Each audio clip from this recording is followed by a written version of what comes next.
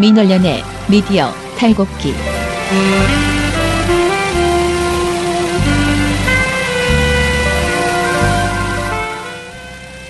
안녕하세요. 민원연의 미디어 탈곡기 38화 시작하겠습니다. 점점 이 숫자에 강해지고 있는 것 같죠? 저는 민원연의 김원경 사무처장이고요. 미디어 탈곡기의 이장입니다. 네, 전 민원련 배나은 활동가고요. 부녀회장입니다. 네, 청년회장 이봉 활동가입니다. 예, 드디어 금요일입니다. 그래, 어찌됐든 금요일입니다. 즐거운 금요일. 우리 오늘 저는 할 게 없어요. 그래서 저는 사실상 저만의 털 것은 없고요. 신문방송은 뭐 할 게 어제 꽤 나왔던 것 같아요. 그래서 오늘은 나은 씨하고 봉우 씨가 하는 것을 잘 듣고, 제가 평소에는 맨날 막 보고서 보고 딴짓하고 그러는데 오늘은 잘 듣고 잘 피드백을 주는 그런 시간을 갖도록 하겠습니다. 왠지 마음이 좀 편안해지는. 민주언론 시민연합 활동가를 공개 채용합니다. 모집 분야는 언론 모니터입니다. 언론 모니터 활동가는 언론 보도의 문제점을 지적하는 글을 쓰는 활동가입니다. 평소에 이런 증상을 가진 사람들은 한번 도전해보세요. 하나, 시사 문제에 관심이 많다. 둘, 뉴스를 보면서 투덜거림이 잦다. 셋, 시끄러운 사안이 터지면 이를 어떻게 봐야 할까 고민한다. 넷, 불만이나 시시비비를 글로 잘 정리한다. 서류 접수는 6월 15일 저녁 6시까지. 이력서와 자기소개서를 민원연 이메일 ccdm1984@한메일.net으로 보내주시면 됩니다. 자세한 사항은 민원련 홈페이지나 전화 02-392-0181로 문의하시기 바랍니다. 많이 지원해주세요.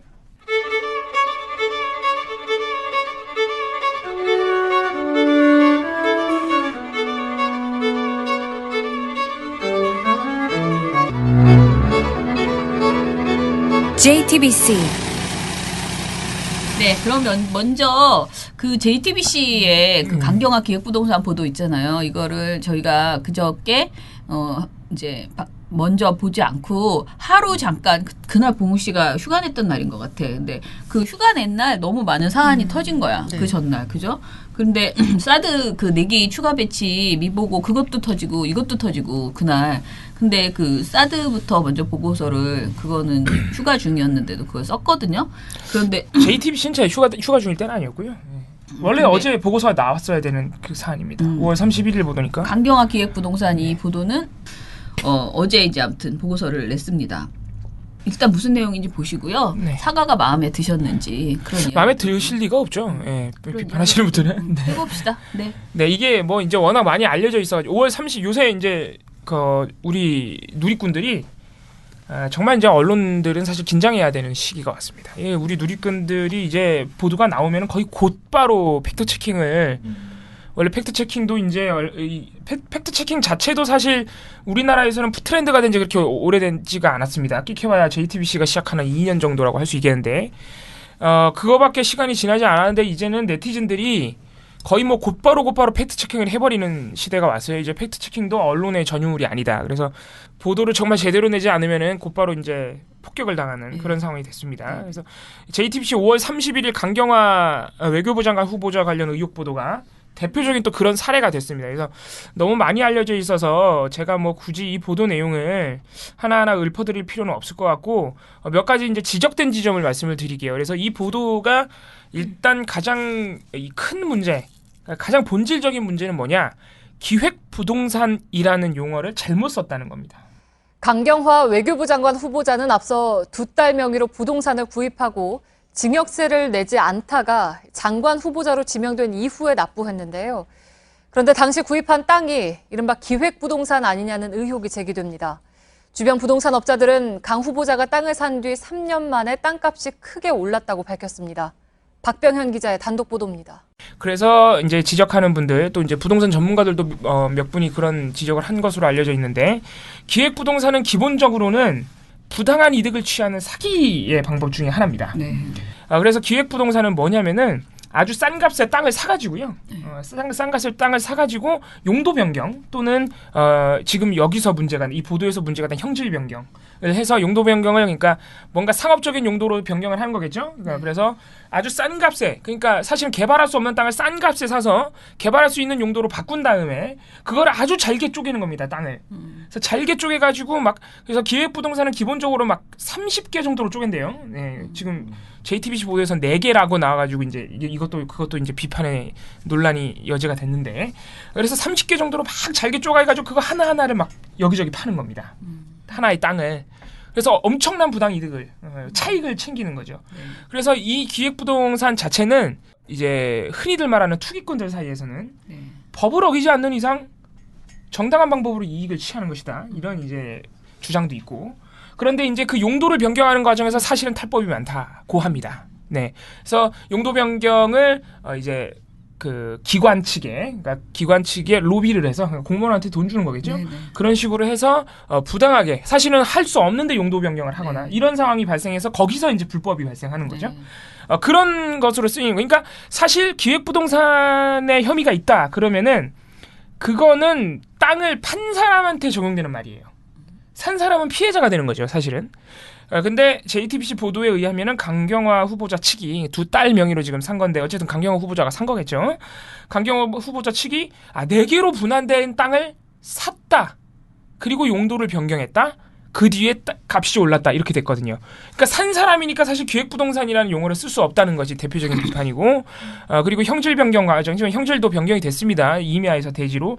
그 과정에서 탈법이 있다는 아무런 보도 내용이 없어요. 그러니까 이 보도는 기획부동산이라는 용어 자체를 쓸 수가 없는 보도라는 점이 가장 본질적인 문제점으로 지적됐습니다. 그리고 또 하나의 문제는 이제 흔히들 말하는 노룩 취재라 그래서 다음 로드뷰 그리고 등기부 등본 그리고 가격 그리고 현지 부동산 업자 한 명의 인터뷰만으로 보도를 만들었는데 현장에 가보지도 않고 취재를 했다는 거죠. 네. 그래서 노룩 취재다 해서 또 비판을 받았다는 점. 그래서 가장 이 이제 오류가 났던 지점이 마치 투기를 위해서 그 땅을 산 것처럼 묘사가 됐는데 사실 그 이제 강 후보자 남편 이일병 교수가 거기서 상당히 열심히 이제 조경도 하고 건축 및 인테리어도 상당히 열심히 해서 그거를 계속 블로그에 올리고 있었어요. 심지어는 건축 도면까지. 그래서 그 블로그를 한 번이라도 본 사람들 지금은 블로그가 폐쇄됐어요. 왜냐면은 그 강 후보자가 내정이 되는 바람에 이제 모든 그 공식적인 활동을 조심한다는 의미로 블로깅을 폐쇄했는데 이미 그 전에 그 블로그가 너무 유명해서 많은 사람들이 그 사진을 다른데 막 공유해가지고 구글에 검색만 해도 그 사진이 막 나와요, 막. 그래서 JTBC가 조금만 더 의혹이 있어서 조금만 더 검색을 해봤다면 사실은 이게 투기 목적이 아닐 수도 있다는 점을 알 수 있었다. 그래서 그런 지점에서 취재에도 상당히 부실함이 있었다는 비판을 받았습니다. 이렇게 두 가지 정도로 압축을 할 수 있습니다. 그래서 사실은 이게 투기 목적이 아닌 것을 투기처럼 과장한 보도가 됐다. 이런 비판이죠. 그래서 가장 중요한 점은 이렇게 비판이 제기되니까 6월 1일 어제죠. 이제 하루 만에 JTBC 손석희 앵커가 사과를 냈는데 제가 볼 땐 이게 또 다른 논란은 날 것으로 보입니다. 그래서 어제 사과 보도를 보신 분들은 알겠지만은 사과를 먼저 한 것이 아니라 이 보도를 왜 냈는지 어떤 점에서 이 보도가 정당한지에 대해서 먼저 해명을 했어요. 그러니까 해명이라기보다는 정당한데 어제 뉴스룸이 보도한 강경화 외교부 장관 후보자 측의 기획부동산 매입 의혹 보도와 관련해서 오늘 외교부는 정정 보도를 요청했습니다. 외교부는 두 딸 명의의 거제 땅과 주택은 후보자의 배우자가 노후 생활을 위해서 구입한 것으로 투기 목적은 없었으며 실제 거주하고 있다고 전해왔습니다. 동시에 이 보도에 대한 시청자 여러분의 의문도 많이 제기가 돼서 오늘 뉴스룸은 왜 이 같은 보도를 하게 됐는가를 말씀드리고 또한 저희들의 입장도 전해드리겠습니다. 거제도 땅은 강 후보자 딸 명의로 구입이 됐는데 이전에 땅 소유주 명의로 주택이 착공된 이후에 이루어졌습니다. 완공된 뒤에는 임야에서 대지로 지목이 변경됐습니다. 이 과정에서 값이 크게 올랐는데 땅이 쉽게 개발이 가능한 면적으로 쪼개져서 거래됐다는 점, 또 강 후보자 부부의 부동산이 서울에 이미 3곳이 있는 상황에서 통상적인 경우는 아니라고 판단을 했습니다. 이 때문에 이 문제가 고위공직자에 대한 검증 차원에서 의혹 제기가 필요하다는 것이 저희들의 판단이기도 했습니다. 그러나 이미 지적받은 것처럼 기자가 현장에 있지 않았다는 점은 모든 기사는 기본적으로 현장에서 출발한다는 원칙에 충실하지 못한 것이었습니다. 등기부 등본과 현지 부동산 등을 상대로 한 확인은 사실에 미흡하거나 왜곡될 가능성도 있기 때문입니다. 또 기획부동산이란 용어를 썼는데 부동산 전문가들의 조언을 구한 것이긴 하지만 통상적으로 쓰는 의미와 달라서 혼동을 주었다는 지적이 나왔습니다. 이 점에 대해서도 시청자 여러분께 사과드립니다.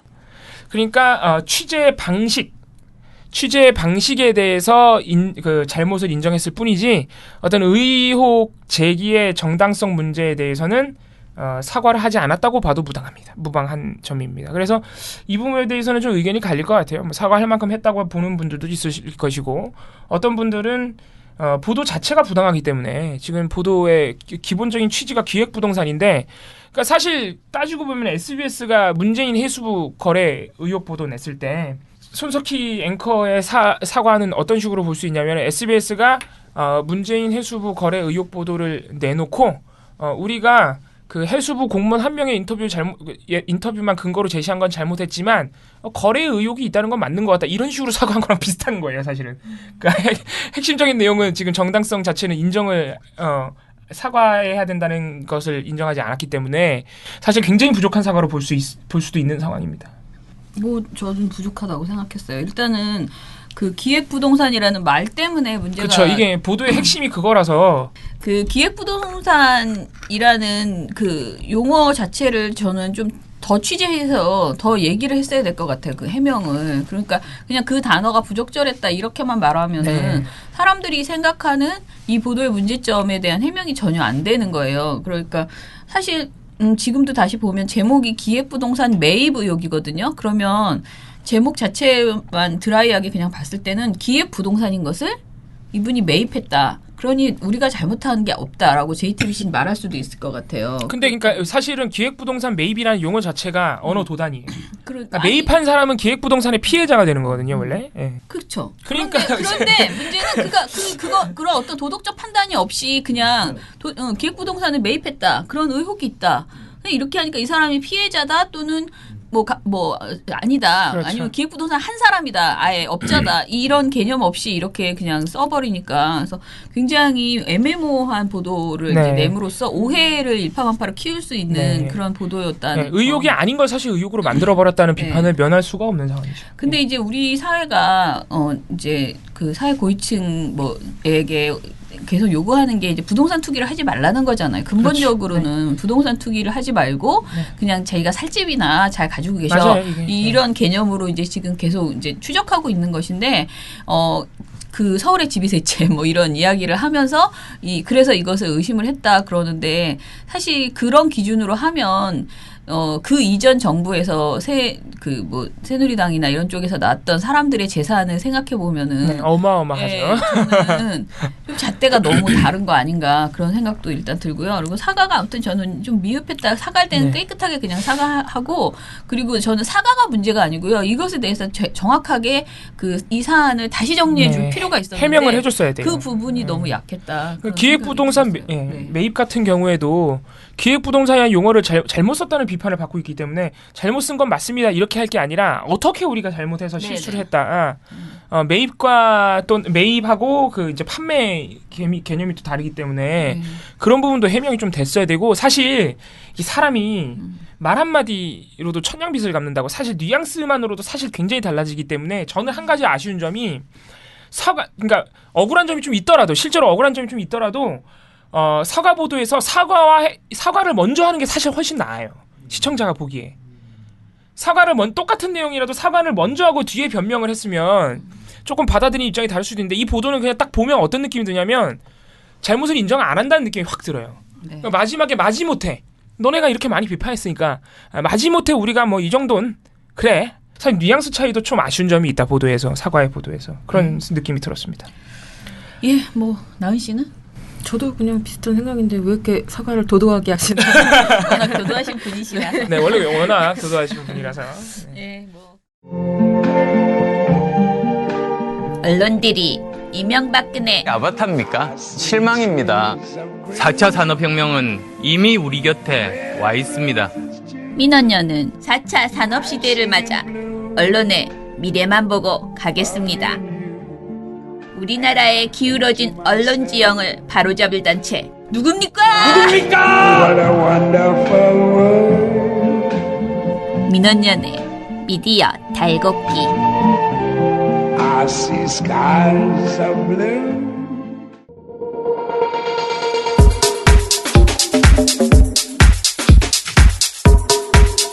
종편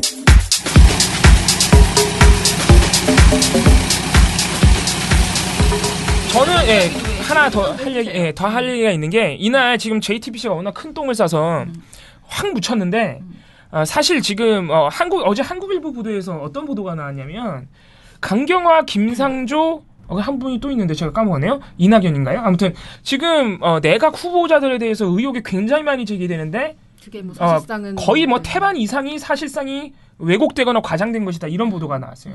상당히 굉장히 콤팩트하게 정리를 잘 해놓은 보도예요. 그래서 어떤 보도에 대해서 사실상의 팩트 체크를 모아놓은 보도인데 어떤 의혹들이 굉장히 과장돼 있다. 별것도 아닌 걸 가지고 이런 보도가 나왔습니다. 지금 한국일보에서 그런 보도가 나왔고 그렇게 한국일보처럼 모든 후보자를 정리한 보도는 사실 찾기가 좀 어렵지만 다른 이렇게 개개인의 후보자들 의혹 같은 경우는 몇몇 개가 이렇게 팩트 체크가 된 게 있어요. 그래서 너무 과장한 너무 심한 거 아니냐 요새. 그 중에 하나가 이게 JTBC 보도랑 같은 날 나온 거예요. 5월 31일 날. 5월 31일 TV조선 보도입니다. 이것도 단독이에요. 자, 이게 무슨 의혹이냐면은 김상조 공정거래위원회 위원장 후보 관련 의혹인데 김상조 후보자의 아들이 이번에는 김 후보자의 아들이 금융사 두 곳의 인턴으로 잇따라 뽑히는 과정에 특혜를 받았다는 의혹이 또 제기됐습니다. 이제 하다 이제 네, 이제는 뭐 그냥 취업도 아니고 인턴도 특혜를 주고 그러나 봐요 요새. 네. 그런데 뭐 의혹의 근거가 있으면은 타당한 근거가 있으면 그런 의혹이 왜냐면 인턴도 요새는 굉장히 스펙이 되기 때문에 특혜를 줄 수 있죠. 그렇기 때문에 의혹 근거가 있으면은 상당히 이것도 문제가 있는 의혹이죠. 근데 봤더니 어떤 거냐면은 일단 근거가 너무 특혜라고 하면은 일단 뭐가 있어야 되면요. 그러니까 취업이나 어쨌든 이것도 취업 특혜죠. 취업 특혜가 있으려면은 김상조 후보자의 취업 특혜면은 딱 어떤 근거가 나와야 되냐면 이건 문준용 씨 의혹에서도 비슷한 문제점이었는데 특혜라 그러면은 김상조 후보자의 외압 또는 대가성 지불이 있어야 돼요. 특혜 이게 기본적인 근거가 돼요. 이게 외압 또는 대가성 지불. 그게 뉘앙스라도 있어야 그 보도를 낼 수 있단 말이에요. 이게 이제 아까 강경화 후보자 관련 보도도 직접적인 의혹의 근거가 없는 제 의혹을 만든 거잖아요. 그러니까 똑같아요. 이것도 직접적인 근거가 없는데 의혹을 내는 거예요. 일단 내고 보자요. 거의. 그러면 TV조선은 도대체 무슨 근거로 이런 의혹을 냈느냐? 하나는 뭐 이게 두 개 금융사입니다. 하나는 BNP 파리바라고 그 해외 금융사고 하나는 이제 하나금융투자인데 두 가지 근거를 대요. 하나는 뭐냐면 학점이 너무 낮다 이거예요. 김 씨의 당시 학점은 4.3 만점에 2.81로 외국계 금융사 인턴 중에선 낮은 것으로 평가됩니다.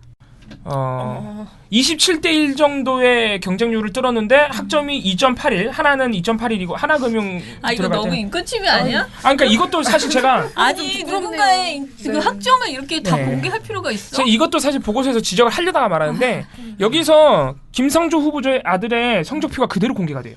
이 보도에서.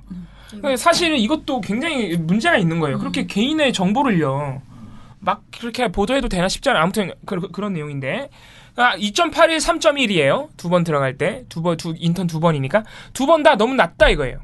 근데 그 낮다는 기준이 뭐야 도대체? 또 그걸 3.1이면 괜찮은데 내 기준에서는 그러니까요. 사실 3.1이면 이제 그 알파벳으로 하면 C 정도 되는 학점인데 C나 C 정도 되죠? 3이면 B 아니에요? 학교마다 아니에요. 좀 다른 학교마다 좀 다른데 4.5 만점이면 그게 아마 C 정도 될 거예요. 근데 원래 이제 제 인생의 모토는 C면 안고 간다예요. 예. 근데 3.1 정도는 굉장히 괜찮은 안고 가는 점수인데 아무튼 간에 2.8에 3.1인데 너무 낮다. 기준이 뭐냐? 기준이 뭐냐면은 그냥 그 정도 금융사에 들어간다 치면 낮다 이거예요.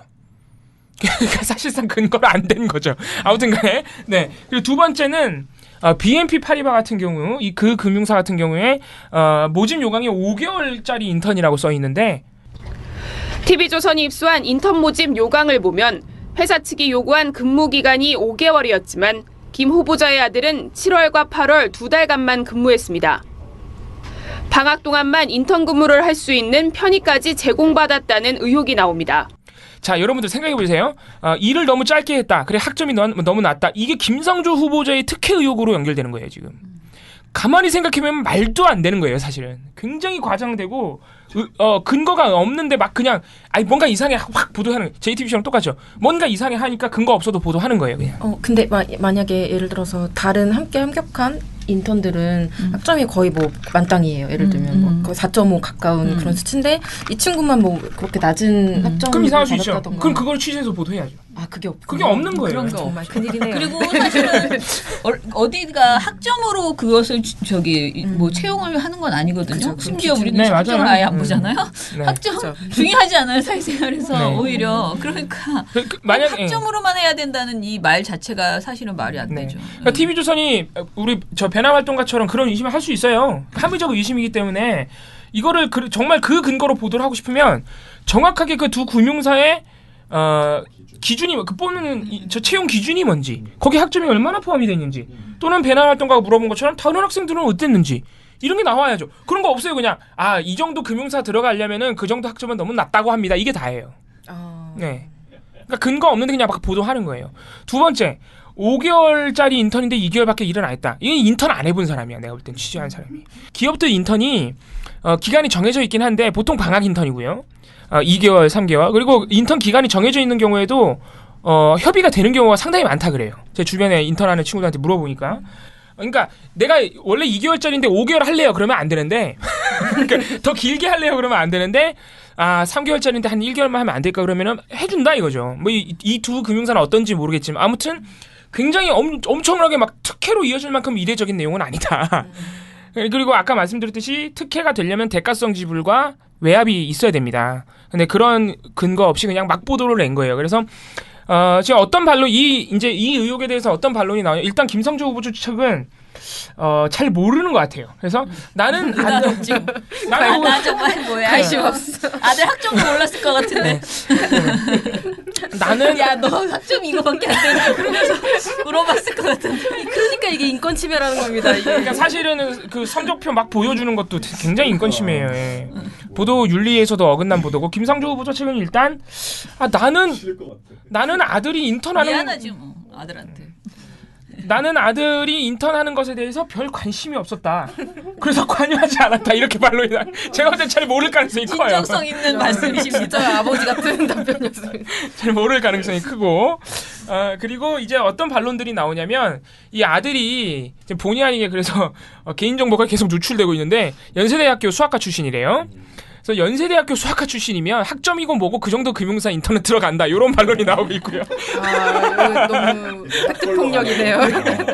이게 이제 뭐 여러 군데에서 나오고 있는데 뭐 그런 것도 나오고 아무튼 뭐 여러 가지로 반론들이 나오고 있습니다. 그래서 TV조선이 이 반론들과 상관없이 상당히 근거가 부족하기 때문에 이런 보도는 내면 안 된다. 그래서 우리 시청자 여러분들이 또는 그 신문을 보는 그러니까 아무튼 언론 수용자들이 의혹 보도에 대해서 굉장히 지금 눈이 높아졌어요. 그래서 이런 보도가 나오면 저희가 굉장히 긴장하고 이제 봐야 되는데 네티즌 여러분들이 너무 지금 이미 훌륭하게 팩트 체킹을 하고 계셔가지고 어떻게 보면 민원연도 참 일하기가 편한 시대가 왔다. 이렇게 정리할 수 있습니다. 다 집어주세요. 요 TV조선 김성주 후보 보도는 저희가 먼저 한 겁니다. 자, JTBC가 너무 크게 저질러 놔가지고 요거 주목을 받지 못하고 있는데 아무튼간에 이런 너무 뭐랄까 아무 말도 안 되는 의혹 보도는 그러니까 눈에 안 띄는 게 차라리 나을 수도 있어요. 그렇죠. 네. 괜히 내가 화제를 만들어주나 이런 생각도 드네요. 게. 네, 여기까지 하겠습니다. 근데 또 한편으로는 참 우리 사회가 이런 일들이 너무 비일비재했잖아요. 그러니까 누구 아버지가 누구냐 뭐 이런 그 아주 높은 사람이 아니어도요. 사실은 그냥 부모 이런 영향이 굉장히 많았던 게 우리 사회잖아요. 여태까지 이게 저는 이제 김성주 그 선생님 말이 아니고 선생님. 모든 사람들이 이랬는데 그동안 이런 거를 그냥 당연시 해오다가 이제 와서 다들 굉장히 이게 그러니까 어떤 사회에 누군가의 그 권위 있는 사람들의 갑질 이런 것에 대해서 국민들의 눈높이가 높아진 건 사실이다. 특히 그 문재인 후보 아들 그때부터 해서 사람들이 뭐 정유라 뭐 이런 걸 다 이렇게 해가지고 감시 의혹이 높아졌기 때문에 사실은 또 반대로 생각하면은 앞으로 우리 사회에서 뭐 좀 하려고 하면 공부만 잘해서는 이제는 끝난 시대다. 그러니까 뭐 이렇게 장차관 좀 하고 뭐 이렇게 해보려면은 진짜 우리가 말하는 것처럼 어렸을 때부터 위장 전입 안 하고 뭐 안 하고 뭐 부동산 투기 안 하고 자식 군대 보내고 그런 어떤 모르겠어요. 우리가 이렇게 관성화되어 있는 아주 큰 잘못 도덕적으로 크게 문제가 아니라고 생각했던 그런 많은 부분들이 있잖아요. 저 며칠 전에 누가 얘기하면서 우리 옛날에는 뭐 취업 부탁 이런 거 그냥 툭 하지 않았냐? 뭐 이런 어른들 그런 얘기 하거든. 전화해서 나 이거 좀 뭐 부탁해요. 근데 이제 그런 거 하면 안 되는 시대가 이제 온 것을 인정하기는 해야 된다 다들. 그러니까 이게 제가 이분한테 뭐라고 하는 게 아니고요. 사회가 굉장히 그런 거에 대해서 민감해진 상황이라는 것에 대해서는 저는 좋은 징조라고 보고요. 다만 이 잣대를 저 새누리당이나 그 자유한국당 사람들이 좀 가져줬으면 좋겠다. 왜냐면 본인들은 진짜 그 거의 다 이 기준으로 했을 때는 거의 뭐 국회의원직도 거의 태반은 내려놓으셔야 될 거예요. 왜 국회의원한테는 이런 얘기를 국회의원 뽑을 때 있잖아요. 사실은 의원을 검증해줘야 되잖아. 총선 보도에서 왜 쓸데없는 보도만 하고 사실 한 사람 한 사람 그 사람에 대해서 이런 걸 털어줬어야 돼. 그럼 우리가 표를 찍을 때 생각할 수 있잖아요. 근데 무슨 어느 지역 가가지고 뭐 누구랑 손잡았고 막 이런 거. 뭐 누가 돌아다니고 이런 거 뭐 대통령이 돌아다니면 손잡아준 거 이런 것만 맨날 보도를 하니까 그래서 저는 거꾸로 이런 보도 굉장히 나쁘고 의혹 보도가 이렇게 대충 하는 것은 정말 문제가 있는데 사회적으로 이 사안에 대해서 굉장히 감수성이 높아지는 것이 현실이고 그 현실에 맞춰서 다들 이제 자기 관리를 일 좀 하시려고 하시면 공부만 잘해서는 안 된다. 자기 관리 잘 하셔야 된다. 이것과 두 번째는 최소 9촌까지는 관리를 또 그렇죠. 9촌까지 맞아. 구촌의 취업 이런 것들. 배우자의 구촌. 배우촌도 아니고 배우자의 구촌. 네, 우리 국민의당. 그리고 친구의 배우자의 구촌. 그런 거는 우리 신경 끊으시고요. 아무튼간에 그런 것과 그 다음에 이 기준으로 제발 그 지방선거나 총선 이때 후보자들에 대해서 좀 검증부도 좀 제발 나와줬으면 좋겠다. 너무 그런 이렇게 그렇다고 너무 이렇게 예민한 별것도 아닌 것 같아요. 우리 차인께서 지금 말씀하시는 거는 이렇게 예민하게 어떤 부정 청탁 같은 걸 보도해 달라는 거지 근거 없이 막 보도하려는 게 아닙니다. TV조선이나 JTBC는 근거가 매우 부실하기 때문에 이런 보도는 나오면 안 되고요. 그리고 일단은 학점을 그렇게 공개하면 어떻게 창피하게 개인정보 침해예요. 아니 입장을 바꿔서 생각해봐. 내가 당하면 좋겠냐고. 진짜 정말 너무 심란할 것 같아요. 살아도 인간답게 살고 싶다. 언론이 보도에 대해 당당해야 합니다. 노동이 당당한 나라. 당당한 언론, 민언론과 함께 거침없는 개혁으로 바꿔서 언론이 정의롭고 평등한 대한민국 꼭 만들겠습니다.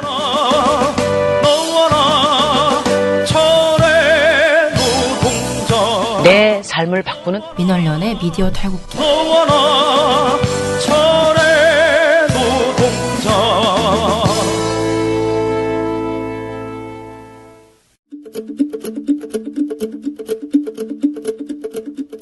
신문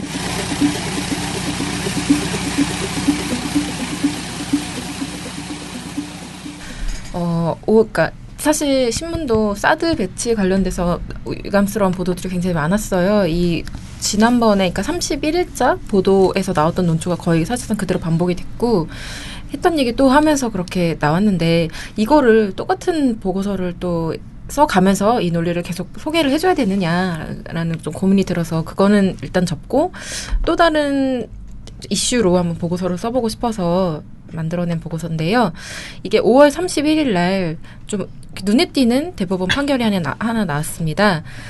민중총궐기 집회를 주도한 혐의로 구속 기소됐었던 그 한상균 민주노총 위원장한테 이제 징역 3년이 확정이 된 판결이죠. 확정이 된 것인데요.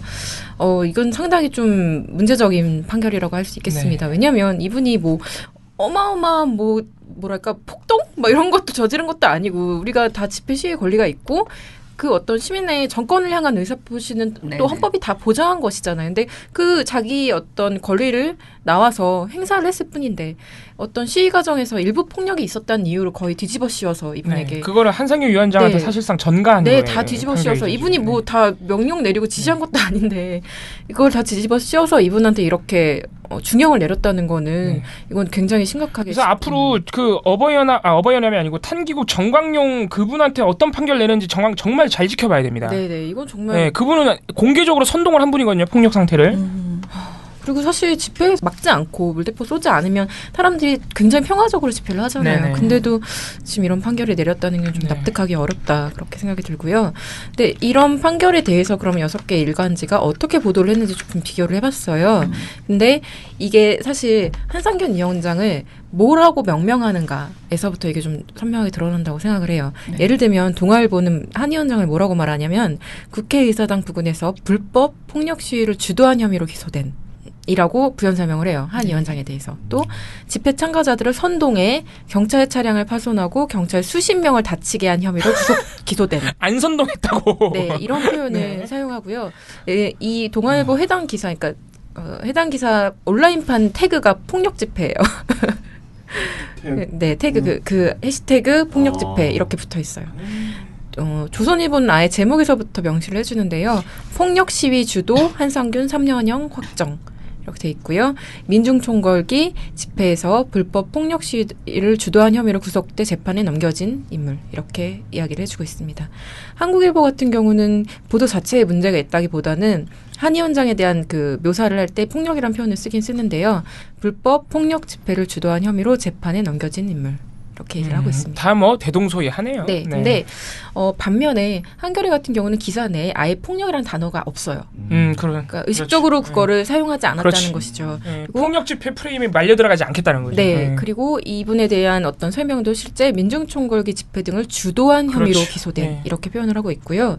경향신문 같은 경우는 조금 한 발 더 나갔다고 생각이 드는 게 고 백남기 농민이 경찰 물대포에 맞아 쓰러진 2015년 11월 민중총궐기 집회를 주도한 혐의로 구속된 인물 이렇게 얘기를 해주고 있습니다. 자, 또 하나 좀 차이점이 뭐가 있었냐면 그 한 위원장 그 판결이 나온 날 바로 국제사회에서 석방촉구 목소리가 나왔거든요. 그 민주노총에서도 논평을 냈고요. 근데 그 관련 목소리들을 전달한 매체가 딱 2군데밖에 없었습니다. 한겨레 경향이겠죠? 아니에요. 한겨레 한국일보였습니다. 한국일보가 선방하고 있습니다. 네. 이렇게까지? 네. 한국일보 같은 경우는 한겨레 같은 경우는 아예 제목에서도 이걸 두 매체 모두 제목에서 부각을 하고 있는데요. 한겨레 제목은 한상균 민주노총 위원장 징역 3년 확정, 국제사회 석방 촉구 이렇게 돼 있고요. 거의 뭐 이거에 관련해서 의견을 낸 국제사회 그리고 국내 목소리를 거의 다 나열을 했다고 보시면 됩니다. 기사 안에서. 그리고 한국일보는 유엔 즉시 석방 권고에도 대법 한상균 3년형 확정. 제목에 이미 관점이 들어가 있죠. 그리고 기사 말미에 이제 유엔 인권 현장에 반하는 자의적 구금이라는 어떤 석방 권고 목소리를 전달을 해주고 있습니다. 그리고 조선일보가 근데 조선일보 보도가 과연 그냥 한 위원장에 대해서 폭력만 부각하고 끝났느냐? 그렇지 않죠. 조선일보는 언제나 한 발 더 나가지 않겠습니까? 뭐랬지? 색깔론인가? 조선일보 이 기사만 보면은 사실 문제가 없는 것 같은데 이게 사회면 12면에 배치가 됐어요. 근데 이게 12면 하단 맨 밑에 기사가 배치가 됐는데 그 위에 12면 1면 머리 기사가 뭐냐. 불법 천막은 광장에만 있는 게 아니다. 라는 민주노총의 불법 천막을 비난하는 기사였습니다. 네, 근데 이 기사가 어떻게 시작됐냐면 31일 서울 경복궁 맞은편 대한민국 역사박물관 인근 폭 6, 7m 정도 인도의 절반을 천막 12개가 점령하고 있었다. 그 주변엔 입간판 3개와 현수막 4개가 있었다라고 하면서 민주노총이 지난 29일부터 새 정부가 비정규직 철폐 등 적극적인 개혁 정책을 펼쳐야 한다며 인도에 불법으로 세운 것들이다. 천막이 차지한 공간은 최소 180m 평방미터 이상, 그 주변엔 빈 맥주병, 물병 등 쓰레기가 나뒹굴고 있었다. 열심히도 취재했다. 다른 걸 좀 그렇게 취재. 이렇게 얘기하고 있는데요. 이제 확인을 해봤는데 민주노총이 확인해봤는데 사실 이게 법적으로 불법이냐 아니냐라고 얘기할 어떤 아직 논란이 있대요. 그러니까 일단 민주노총은 자신들이 세우고 있는 모든 시설물에 집회 시위 신고를 하고 있다고 합니다. 그렇죠. 여기 세워놓은 천막도 마찬가지라고 해요. 근데 다만 이제 인도에서 그렇게 지속적으로 세워놓고 있는 거에 대해서는 구청이나 이런 곳에서 판단을 좀 달리할 수도 있는 부분이라 본인들도 딱 뭐라고 말할 수는 없지만 어쨌든 조선일보가 표현한 것처럼 뭔가 그냥 막 불법으로 막 아무거나 갖다 세워놓은 신고했다 이거죠. 그건 아니라는 사전 것이죠. 신고는 했다 이거죠. 그건 아니라는 것이고요. 네. 또 하나 기사를 보면서 좀 이해가 안 되는 게 농상전 주변에 뭐 쓰레기가 좀 있어요. 근데 그게 다 민주노총 거야. 민주노총 건가? 인도에는 언제나 쓰레기가 있고 네. 그건 지나가는 사람들이 버린 걸 수도 있는데 마치 민주노총이 거기다가 막 쓰레기 쌓아놓고 막 무슨 뭐 하는 것처럼 하는 네. 것 자체가 굉장히 일단 아니죠. 원래 옛날부터 민주노총을 악마처럼 그리기로 유명한. 네. 그래서 별다른 조선일보. 근거도 없이 굉장히 어떤 뉘앙스를 주는 거죠. 위에는 민주노총이 어떤 불법 천막을 세워놓고 막 이렇게 시민들에게 불편을 주는 단체라는 걸 강조하고 아래에는 그 위원장이 불법 폭력 시위로 네.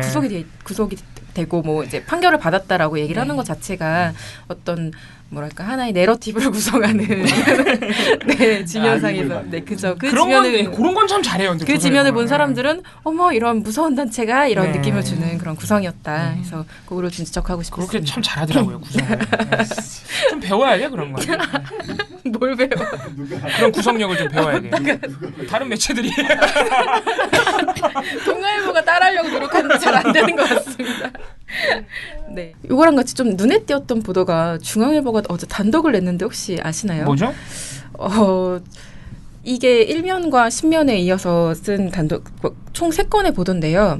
내용이 뭐냐. 비정규직, 감축 등 문재인 대통령의 대선 공약에 대한 분석 의견을 담은 보고서라는 어떤 경제단체들이 만들어낸 보고서가 있다고 하는데 이걸 입수했다는 거예요. 네. 중앙일보가. 그래서 내용을 살펴봤더니 문재인 정부의 일자리 정책, 노사 문제, 경제, 복지 분야 정책에 대해 자기들이 너무나 큰 걱정을 하고 있다. 그건 알지 우리가. 네. 그 보고서가 아니어도 알아요. 네. 알고 있는데 그 보고서에는 그거를 아주 상세하게 반박하는 내용을 담고 있고 재계의 어떤 걱정과 우려 그리고 반박 논리가 담겨 있는 거니까 이거를 문재인 정부가 좀 봐야 되지 않겠냐. 너무 일방적으로 좀 하는 거 아닌가라는 뉘앙스를 담은 보도인 거예요. 재계를 대변한 보도군요. 단독 사실상 보도군요. 뭐 재계를 대신해서 뭐 네. 문재인 정부한테 얘기를 해주고 있는 거죠. 네. 근데 이 보도가 좀 웃긴 게 뭐냐면 일단 이 단독 보도가 나간 다음에 경총에서 그거 우리 정식 보고서 아닌데. 경총은 지금 한번 대통령과의 찝찝을 했기 때문에. 5월 26일 네, 어제 한국경영자총협회 고위 임원이 새 정부의 일자리 정책을 비판하자 문재인 대통령이 직접 강한 유감을 나타냈습니다. 경총 역시 이런 양극화를 만든 한 축이라며 먼저 반성부터 해야 한다고 말했습니다. 네, 경총이 그 공식적으로 그 입장을 냈어요? 네. 또 나간 다음에. 이거 되게 웃긴다 이거. 이거 우리가 그냥 내부 보고용으로 그냥 만든 거지 무슨 정식 보고서 아니고 우리 의견 전달 보고서 따로 만들 거라고 막 그렇게 정제된 언어로 네, 이제 하려고 할 거라고 우리가 중앙일보가 되게 원망스럽겠다. 뭔가 되게 불협화음이 지금 현재 발생하고 시키지도 않은 일을 해서 네, 한 대 더 맞게 생겼는데 지금. 네, 아마도 이제 여러 가지를 추정할 수 있죠. 예를 들면 경청이 직접 자기가 하기엔 좀 부담이 되니까 언론을 통해서 간을 봤다고 할 수도 있을 것이고, 근데 뭔가 사람들 반응이 안 좋고 너무 생각보다 좀 센가라는 생각이 들어서 거를 둔 것일 수도 있고, 또 중앙일보가 경총의 의중을 미리 읽어서 재계의 입장을 먼저 대변하려다가 이런 일이 난 것일 수도 있고. 일종의 참사네요. 네, 뭐 어쨌든 손발은 맞지 않았다. 네. 이거 2인 삼각 같은 거 하다가 넘어진 경우죠 지금. 근데 사실 이 보도는 그런 뭐랄까 이후에 경총에 내놓은 어떤 아니다 우리 진짜 보고서 아니다라는 그게 없었다고 할지언정 약간 문제가 있는 보도라고 생각을 했어요. 그러니까 이게 저희가 경제신문 모니터를 할 때 늘 나왔던 건데, 노동정책이나 일자리, 노사 문제 이런 것들에 대한 얘기를 할 때 중앙일보도 그렇고 경제신문도 그렇지만 이상하게 노동자에 대한, 그러니까 경제단체랑 정부가 협의를 해야 된다고 얘기를 하고, 네. 노동자들에 대한 입장을 들어봐야 된다는 얘기를 하지 않고, 네. 또 하나는 어떤 정책을 시행해야 된다고 얘기를 하면서 뭐 예를 들면 그런 것들이 있어요. 청년 고용 관련해서 어떤 정책을 막 경제계에서 막 걱정을 해요. 근데 실질적으로 그럼 언론이라면 그러면 정부는 근데 왜 그걸 추진하려고 하고 실질적으로 어떤 효과를 위해서 하려고 하는지에 대한 어떤 부연 설명이 있어야 되는데 그런 게 없이 그냥 경제계가 이렇게 우려를 하고 있는데 계속 할 거냐는 그런 뉘앙스로 얘기를 계속 하고 있는 것이 문제라는 생각이 들었어요. 우리도 경제계인데 우리도 경제 활동을 하는데 왜 경제계는 항상 그들이어야지. 기업이죠, 기업. 네. 기업들, 뭐 영리 기업들의 입장인 것인데요. 일단 요 기사가 일면 하단에 배치된 제목이 재계 문재인 정부 정책 30개 항목 반박. 요거예요. 딱 제목에서부터 뭔가 세다. 네네. 경총이 긴장할 만하네. 그렇죠. 그러니까 예상보다 기사가 세게 나가서 그렇게 했을 수도 있어요. 네. 근데 이 기사를 읽고 있으면 어떤 뉘앙스가 드냐면 이런 표현을 씁니다. 새 정부가 출범하면 재계가 건의사항을 전하는 건 관례지만 그럼에도 경영계가 의견서 작성을 비밀에 붙이고 정례회의 일정 노출조차 꺼리는 것은 그만큼 압박감이 크다는 방증. 또 한바탕 홍역을 치른 경총은 극도로 몸을 사리고 있다. 그리고 또 지난해 정경련이 국정농단 사건의 핵심으로 지목돼 맥없이 무너진 것도 몸을 사리는 데 영향을 끼쳤다. 그 정도면 몸을 사리는 정도가 아니고 반성을 해야 되는 거예요. 아니 없어져야 되죠. 이런 뉘앙스를 듣고 있으면 뭐 어떤 게 보여지냐면 약하고 뭔가 되게 위축돼 있는 경제계와 되게 그들을 압박하는 강한 정부의 어떤 구도가 딱 그려지죠. 그러면서 중앙일보의 입장은 그 뒤에 나옵니다. 경제 주체의 한 축인 재계의 목소리를 계속 억누를 수는 없다. 라는 얼마나 억눌렀다고 뭘 억눌렀는지 모르겠는데 정부가 꼭 필요하다고 생각하는 정책을 초기에 추진하는 것은 맞다. 하지만 대립할 게 아니라 서로 설득해 합의가 가능한 부분을 찾는 것이 중요하다라는 어떤 전문가 발언을 덧붙여주는데요. 이게 사실 중앙일보가 하고 싶은 말이죠. 경제계의 말을 더 들어줘야 된다. 사실 정부가 그런 얘기를 하고 있고요. 신면 기사들도 마찬가지예요. 사실 신면은 아예 그 전 지면에 전 진영을 다 털어서 요 관련 보도를 채워넣었거든요. 중앙일보가. 근데 최저 시급 1만 원 공약, 재계 큰 따옴표 15년간 이미 급격히 올랐다. 급격히 올랐다고요? 네. 근데 이상하다. 난 15년 동안 뭐 했지? 급격히 올랐다고요? 뭐한 거야? 심지어는 100원도 안 오른 적도 있어요. 네, 어쨌든 이런 그러니까 제가 봤을 때는 거의 말도 안 되는 정말 말도 안 되는 얘기들을 하고 있는데 중앙일보가 여기에 대해서 반박을 안 해줘요. 계속 그냥 뭐랄까 어떤 느낌이냐면 거의 진열 예쁘게 이렇게 진열을 해주는 느낌인 거예요. 그들의 주장을. 네, 그 보고서를 예쁘게 이렇게 털어서. 아, 진짜 급격히 올랐다는 진짜 알면서도 그렇게 말하는 거겠지? 아니라는 걸 알면서도? 네, 그러길 바랍니다. 같은 지면의 다른 기사는요. 큰 따옴표 안에 다 들어있는데요. 공공일자리 81만 개, 새로 생기는 일자리는 12만 개뿐. 그러니까 공공일자리 새로 만들겠다는 그 공약도 마음에 안 들어. 다 지금 모든 이 뭐 경제 관련된 대부분의 정책, 뭐 국민연금 관련된 것도 그렇고 다 마음에 안 들어서 다 반박하고 있는 내용을 전달하고 있는데 뭐 청년 구직수당에 대해서도 어떤 표현을 쓰냐면 막대한 재원 소모가 예상됨에도 일자리 탐색 기간을 연장시키는 등 청년 고용 효과가 의문시되고 구직 활동과 연계되지 못한 채 부정수급 등의 도덕적 해이 확대가 우려된다. 그럼 이미 받고 있는 실업급여도 주지 말죠. 여기 또 이렇게 아주 극단적으로 아주 그냥 말려 죽여라 아주. 정말 모든 것이 다 그냥 규제개혁과 노동시장 유연화 뭐 이런 얘기들을 하고 있는데 아주 무방비하게 이런 얘기를 이렇게 얘기를 하고 있고 또 하나 중앙일보는 여기에 대해서 경제계가 이런 주장을 하면 정상적인 언론이라면 너무 극단적인 건 좀 자제를 시켜야 되는데 경영계의 이 주장에 대해서 뭐라고 얘기하냐면 이처럼 경영계가 경제사회 공약을 분석하고 대응 논리를 만든 것은 향후 정부와 소통 창구가 열렸을 때 경제정책 전반에 대해 목소리를 내고 참여의 폭을 넓히기 위한 준비 과정으로 풀이된다.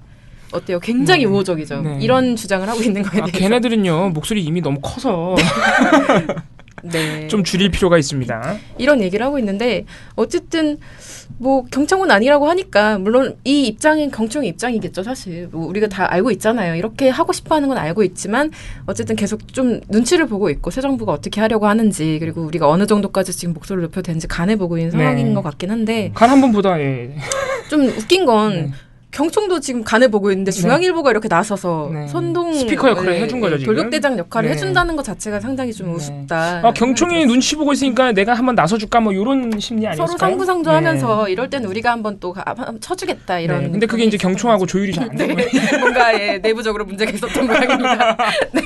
어쩌면 짜고 그랬을지도 있겠어. 그러니까 에드벌룬을 그냥 띄운 다음에 맞아요. 워낙 반응이 어떤가 봤는데 여기 시끄러워. 그러니까 우리 이거 아니라고.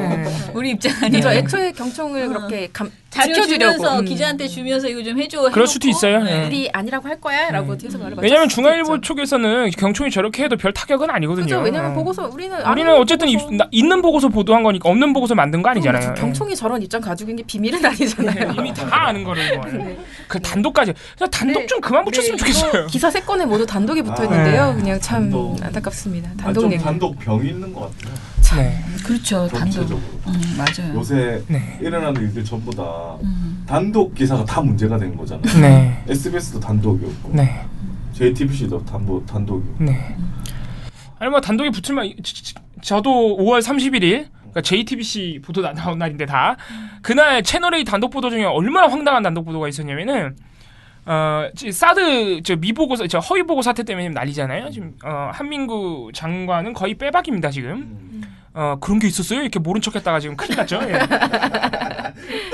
왜냐면 지금 또 국방부가 지금 공식적으로는 25일, 26일 보고 때 다 안 했다고 인정을 했어요 지금. 빼박이에요 빼박. 아무튼간에 지금 항명 사태인데 한민구 장관을 채널A가 자기네가 단독으로 만나서 인터뷰를 했대.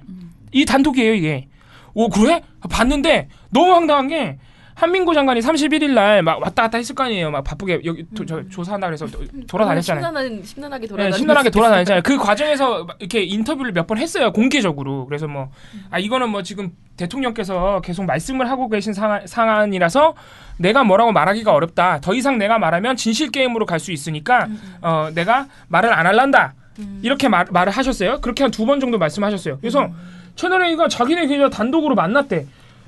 만났으면 그 단독 인터뷰가 나와야 될 거 아니에요. 네. 근데 보도의 절반이 그 화면이에요. 그 이미 다른 언론에서 다 보도된 거.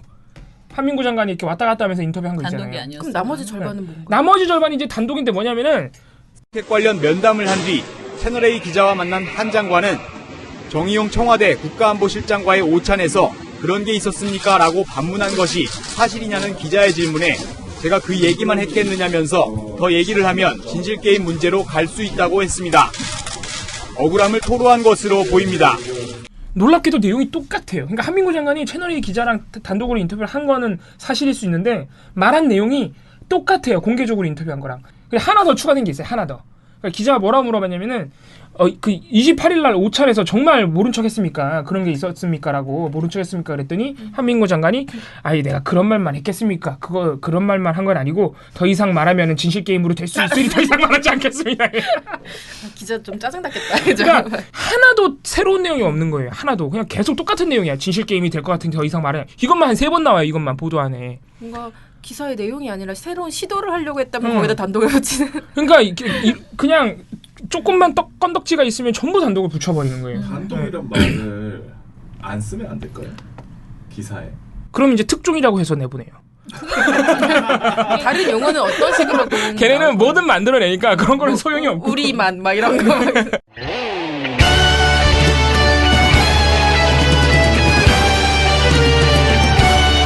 고영신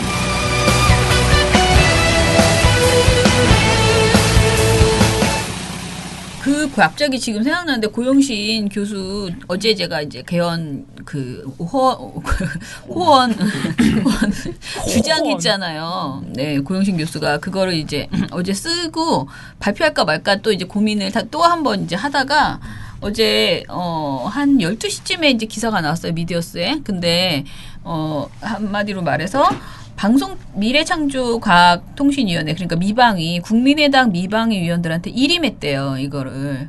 그러니까 고영신 씨를 추천할 것인지 말 것인지를 논의를 국민의당 내 미방위원들께 일임했대요. 근데 지금 누구냐면 김경진 의원, 그다음에 신용현, 오세정 이 3분이 원래 국민의당 미방위원이었고요. 최명길 의원이 민주당에서 국민의당으로 갔잖아요. 그래서 이제 이분이 원래 미방위였기 때문에 지금 4분이에요. 그래서 이 4사람이 앞으로 논의해서 결정하게 될 것이라는 것을 알려드립니다. 네, 알려드립니다. 네, 국민의당의 김경진, 신용현, 오세정, 최명길 의원 4분에게 일임을 했고요. 네. 이분들이 그런데 6월 말까지 충분한 시간을 두고 결정하게 논의를 하겠다. 6월 말까지? 했어요. 예. 잊혀질 때까지 기다리는 그래서 건 제가 아니겠죠? 속이 상해요. 6월 말까지 계속 파야 되네? 씨를 예. 계속 지적해야 된다는 그 사실이 좀 답답하다. 그 네 분 중에 한 분인 최명길 의원은 이미 공개적으로 고영신 교수한테 아무런 문제가 없다고 밝힌 분이에요. 뭐 그러니까 번복될 가능성은 크지 않다라고 말을 했어요. 이분이 최명길 의원이. 국회 정권 찬양해도 뭐. 네, 괜찮다 이거. 저는 점점 나오는 것이 점점 더 세지기 때문에 저희가 뭘 알고 이렇게 세게 하겠어요? 그냥 뒤지다 보면 어쩌다 나오는 거죠. 네, 근데 뭐 6월 말까지 할 수는 있어요. 이분이 예전에 썼던 기사가 많기 때문에. 많다고 하더라고요. 진짜 계속 나오는. 그냥 하루에 하나씩만 까도 6월 말까지는 가요. 네, 고영신 씨의 어떤 안전을 위하여. 그리고 고영신 씨도 그렇지만 우리의 정신 건강에도 이게 남한테 전 진짜 스트레스거든요. 뭔가 이게 아니 이분이 되게 연세가 많으시잖아요. 고영신 씨가 나는 어른에 대한 좀 저는 좌우 뭐 이런 거 상관없이 어른에 대한 좀 그런 게 있거든요. 마음이 아파. 이렇게 계속 공격을 받는 게 얼마나 스트레스 받겠어 본인한테는. 과거의 전력을 다 막 이렇게 대고 있는 것이라서. 근데 아무리 생각해봐도 해도 너무했다. 어제는 제가 이 성명을 그러니까 이 자세히 다시 다 읽어봤어요. 이제 보고서 쓰기 위해서. 근데 그냥 이렇게 몇 가지 키워드만 뽑은 거랑은 다르게 읽으면 읽을수록 이분은 그냥 한마디로 부역자다. 저는 50의 부역자다. 네, 그래서 지금 이렇게 지적해도 되는 게 저는 이분이 상처받거나 그럴 거라고 생각 안 해요. 이분의 예전 글들이나 최근 종편에서 하는 말들 보면은 우리의 이런 지적에 대해서 전혀 상처받을 뿐이 아니에요. 이런 그냥 심한 말이 나올 뻔했는데 아무튼 저런 나쁜 사람들 이러고 그냥 거의 개의치 않을 뿐이에요. 쟤는 원래 저런 그러니까 쉽게 말해서 빨갱이니까 이렇게 생각하실 분이에요. 거의. 뭐 어차피 고씨를 상처 주는 건 중요하지 않고 고씨가 이런 사람이라는 걸 알리는 거죠. 그러니까 제가 볼 때는 우리 처장님께서 전혀 거리낄 필요가 없다. 상처받으실 필요가 없다. 그리고 제가 이거를 읽으면서 제일 나쁘다고 생각한 게 뭐였냐면은 우리가 그때 이제 개헌 운동을 했잖아요. 개헌 서명 운동을 굉장히 열심히 다들 하고 사실 그게 이제 60으로 가는 그런 뭐 집회를 하면서 이제 호원 철폐 막 이런 거를 막 요구하면서 86년도에 그런 60항쟁이 벌어진 건데 그 86년 3월에 개헌 서명 운동에 대해서 엄청나게 비판을 하는 그런 이 말을 이 사람이 한 거예요. 야당이 그 개헌 서명 운동을 주도해 나가는 것에 대해서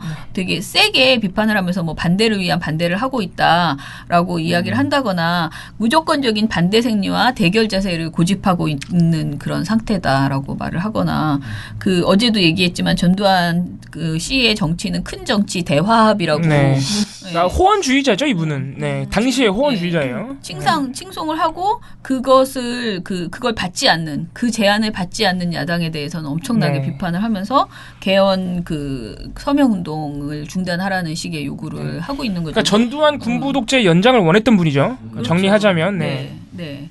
소화병적인 행태라고 야당에 대해서 비판하기도 했어요. 그러니까 진짜 맹비난을 한 거예요. 그래서 이런 말도 이런 말도 했는데 야당에 대해서 뭐라 그러냐면 큰 것과 작은 것을 구별 못하는 소화병적인 행태이다. 일고의 가치도 없다라고 그렇게 말을 하고. 그러니까 아무튼 이 사람이 표현이 정말 굉장히 점점 심해지고 나중에는 진짜 내가 이거 소제목을 보면서 민정당 당직자 아닌가 이 사람. 이건 기자가 쓸 수 있는 수준의 글이 아니다. 그런 생각이 들 정도로 심하게 한마디로 대통령 찬양, 전두환 전 대통령 찬양, 민정당 찬양을 늘어놓고 그 야당이 기껏 이제 한 것이 그 개헌 서명 운동을 이제 하고 있었는데 이것에 대해서 이렇게까지 비판을 이렇게 하면서 정말 놀랍다. 어떻게 이 정도의 기사를 86년에 쓸 수가 있었나. 아마 파면 더 나올 겁니다 이분은. 그럴 것 같아요. 그래서 우리에게 자꾸 파괴하지 마시고 빨리 결정을 제가 볼 때는 스스로 이 정도 되면 스스로 내려오실 만도 한데 나 안 하겠어 이렇게 하실 만도 한데. 그리고 어차피 안 되는데 어차피 결격 사유가 지금 있는데. 방통위 내부에서 어떤 말도 나오냐면 물론 해석이 분분하지만 이분이 추천이 돼도 우리가 임명할 수가 없다 이런 얘기가 나와요. 왜냐면 법에 너무 확실해서 결격 사유인데 그걸 어떻게 왜 이런 쓸데없는 논란을 계속 만들면서 국민의당은 6월 말까지 이걸 끌 일이 아니에요. 6월 말까지. 계속 이렇게 놓지 않는 모습을 보면은 그냥 저도 상상의 나래를 펼치게 되는 거죠. 그러니까 뭔가 대가성으로 이렇게 꽂아주기로 약속했던 거 아닌가. 맞아요. 그런 추천까지 하게 되는 거죠. 그러니까 자꾸 이런 생각 하게 된단 말이죠. 6월 말까지 또 끈다 그러니까.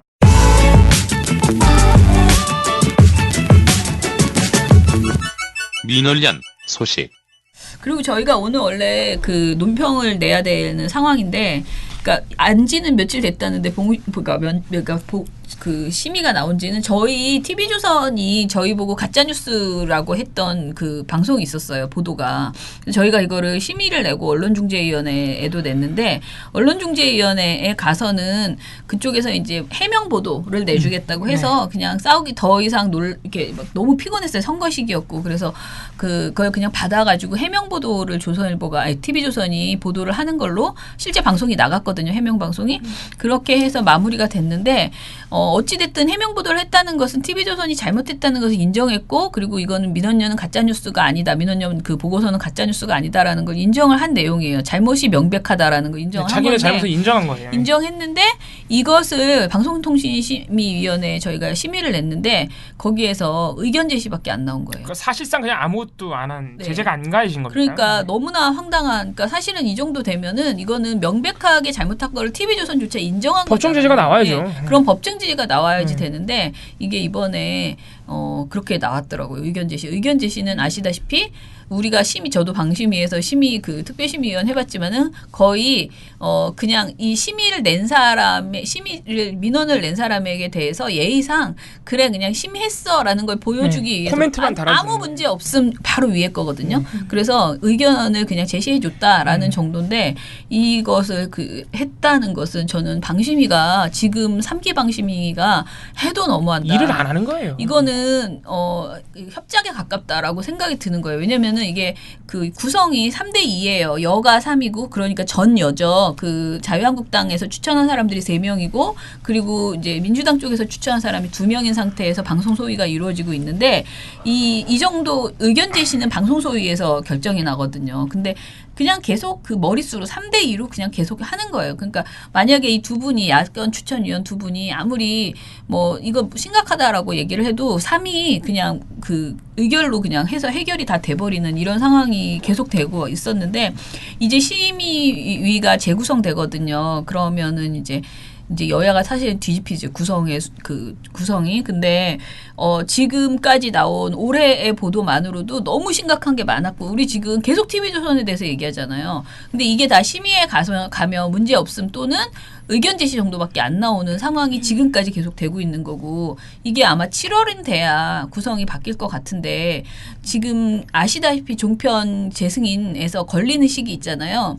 우리가 종편 재승인에서 법정 제재가 5건 나오면은 TV조선이 이제 사실상 그 문 닫는 수순으로 갈 수밖에 없는 그런 지금 그런 재승인 조건을 가지고 있잖아요. 그런데 그러려면 4월부터 12월까지의 제재 건수가 5건이어야 돼요.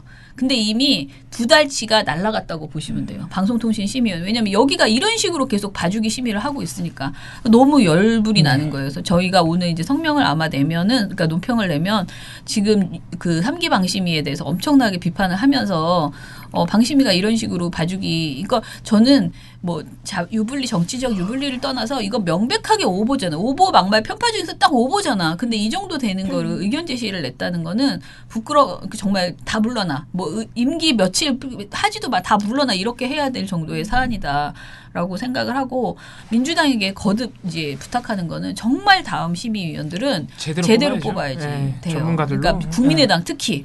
왜냐면 이제 다 여야 추천 비율이 있어요. 그래서 뭐 이렇게 하거든요. 그러면은 고영신 씨 같은 특히 종편에 자기가 출연해서 호구지책을 하는 분들은 절대 나오면 안 돼요.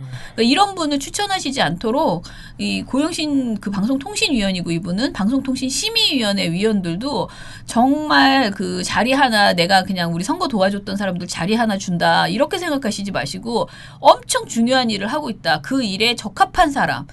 그런 사람으로 특히 종편에 안 나가거나 특정 그 방송사에 막 이렇게 그 기생해서 살지 않았던 분들 이런 분들로 진짜 적임자를 찾아서 추천을 해주셔야 된다. 그 모든 자리가 다 중요하죠. 사실 관직이나 뭐 이런 거 다 중요한데 우리 입장에서는 언론 관련해서는 방심위와 방통위가 너무나 중요하기 때문에 진짜 이번 제 구성이 잘 됐으면 좋겠다 해서 나중에 되고 나서 누굴 추천했는데 또 우리가 반대하고 막 예를 들어 민주당에서 추천한 사람 우리가 반대하게 될 수도 있는 거예요. 상황이 어떤 사람이 될지 모르니까 저는 그것을 미리 좀 계속 저희가 말씀드려야 되겠다. 제발 잘 추천해라. 그냥 대충 사람 보고 자리 그냥 이렇게 배치하는 것이 아니고 적임자로 그렇게 추천해 주셨으면 좋겠다. 그래서 4기 방심위에 대해서 지금 정말 엄청 중요한 시기다라는 거를 거듭. 언론개혁도 돼야 되지 않겠습니까? 지금 검찰개혁, 뭐 4대강, 뭐 온갖 문제, 뭐 세월호 다 지금 논의가 지금 어찌됐든 시작됐고 비정규직 문제도 그렇고 하는데 언론개혁만 완전 멈춰있는 상태잖아요. 그런 상태에서 지금 그나마 법적인, 그러니까 제도적으로 대통령이 할 수 있는 것.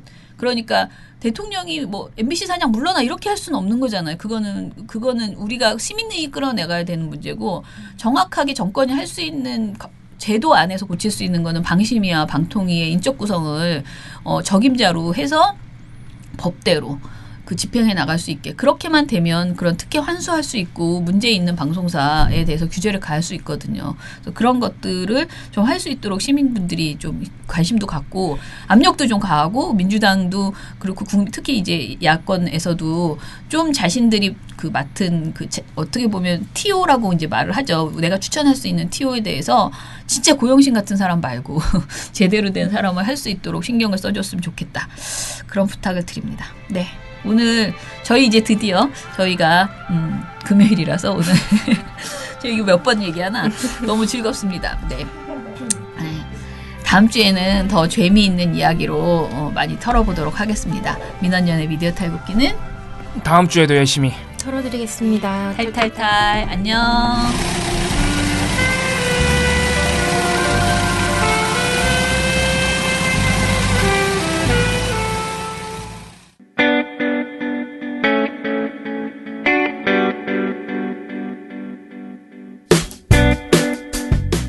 안녕하세요. 민원연의 이봉우 활동가입니다.